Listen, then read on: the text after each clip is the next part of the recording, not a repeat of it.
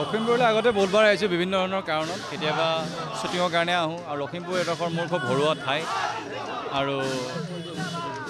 আটাইবোৰ মানুহে আপোন লখিমপুৰবাসী ৰাইজ খুব অতিথিপৰায়ণ মানুহ মৰম কৰি ভাল পায় আৰু আজি পুনৰবাৰ সৌভাগ্য ঘটিলে অসমীয়া যুৱ মঞ্চৰ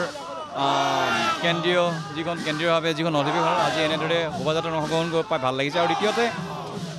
যাতে অসমত সদায় যি আমাৰ জাতীয়তাবোধৰ মনোভাৱ যাতে সদায় মানুহৰ মাজত বিৰাজমান হৈ থাকে আৰু ভগৱন্তৰ ওচৰত সদায় এটা প্ৰাৰ্থনা কৰোঁ আৰু এটা সদায় আদৰ্শ হৈ ৰৈ পৰক।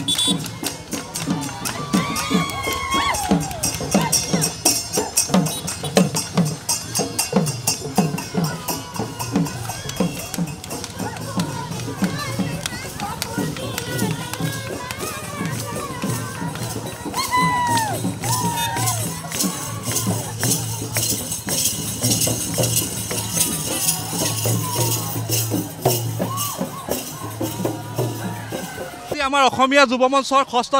তৃতীয় বাৰ্ষিক কেন্দ্ৰীয় অধিৱেশনৰ 18তম প্ৰতিষ্ঠা দিৱসত আমি যি সাংস্কৃতিক শোভাযাত্ৰা কাৰ্যসূচী লৈছিলোঁ আমাৰ কথা হ'ল আমি সকলো জাতি জনগোষ্ঠী এক হৈ বৃহত্তৰ অসমীয়া জাতি যি আমি সকলোকে ধৰি ৰাখিব বিচাৰিছোঁ আৰু অসমীয়া মঞ্চৰ এই কেন্দ্ৰীয় অধিৱেশনৰ শোভাযাত্ৰাই দি আমি এটা মেছেজ দিব বিচাৰিছোঁ যে আমি সকলো জাতি জনগোষ্ঠী এক হৈ আমি বৃহত্তৰ অসমীয়া জাতি আৰু সকলো এক হৈ আমি অসমীয়া ৰাইজৰ হকে মাত মাতি যাম আৰু কাম কৰি যাম আৰু সকলো লখিমপুৰবাসী ৰাইজক অনুৰোধ জনাইছোঁ যে আজি সাংস্কৃতিক সন্ধিয়া ৰূপাংকিতা আৰু অলংকিতা গীতৰ সহায় চাবলৈ যাতে সকলো আহে সকলোৱে যাতে আমাক সহায় সহযোগিতা কৰে।